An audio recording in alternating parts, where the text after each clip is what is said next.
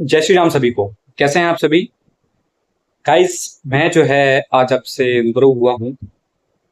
देखिए, आप लोगों में से बहुत से अभी बच्चे स्टूडेंट्स होंगे, ठीक है, जो मेंस की प्रिपरेशन कर रहे होंगे या एडवांस की प्रिपरेशन कर रहे होंगे। जेई की बात कर रहा हूँ मैं। JEE Mains and advance entrance exams जो होते हैं आपके इंजीनियरिंग कॉलेज के लिए, ठीक है।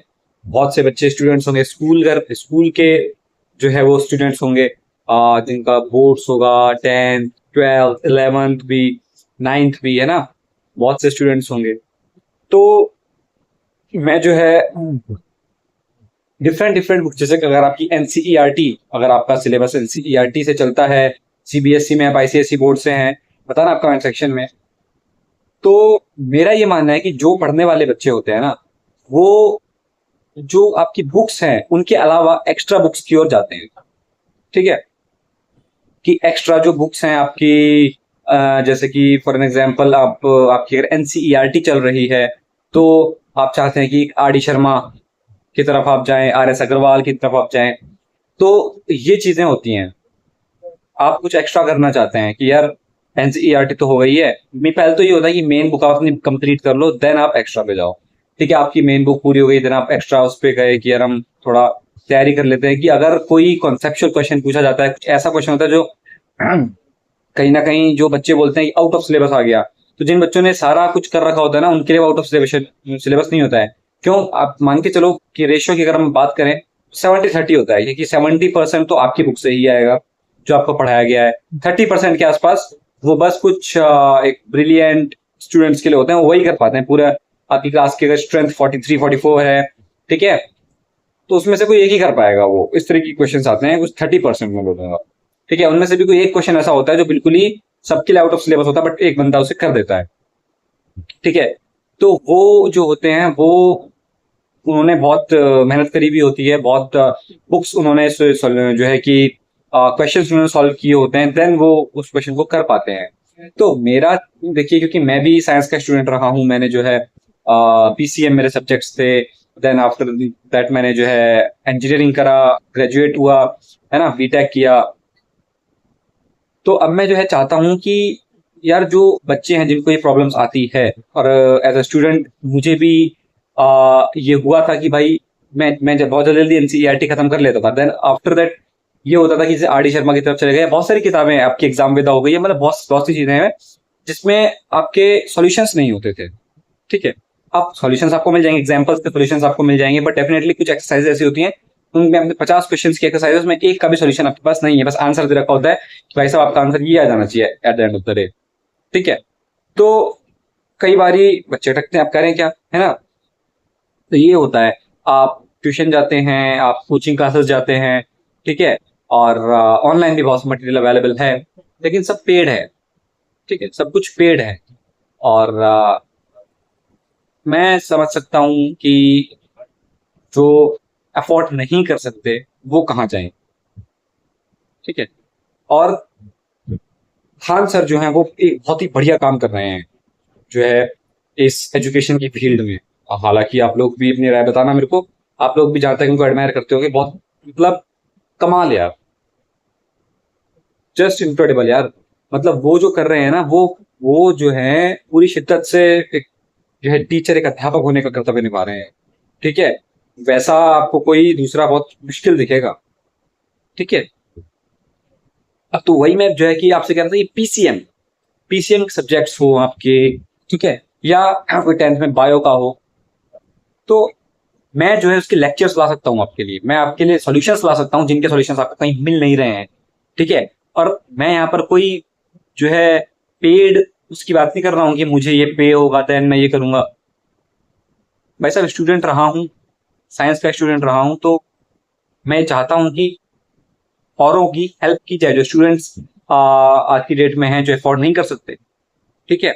यहाँ पे कोई चार्ज नहीं पड़ रहा है आपको, और ऐसा भी नहीं है कि कुछ पहले फ्री में बोल बोल के जो है लोगों को बुला लिया, फिर जो है कि ये आपने पेड कर दिया सारा कुछ। ऐसा कुछ नहीं है भाई, ऐसा कुछ नहीं है, ठीक है।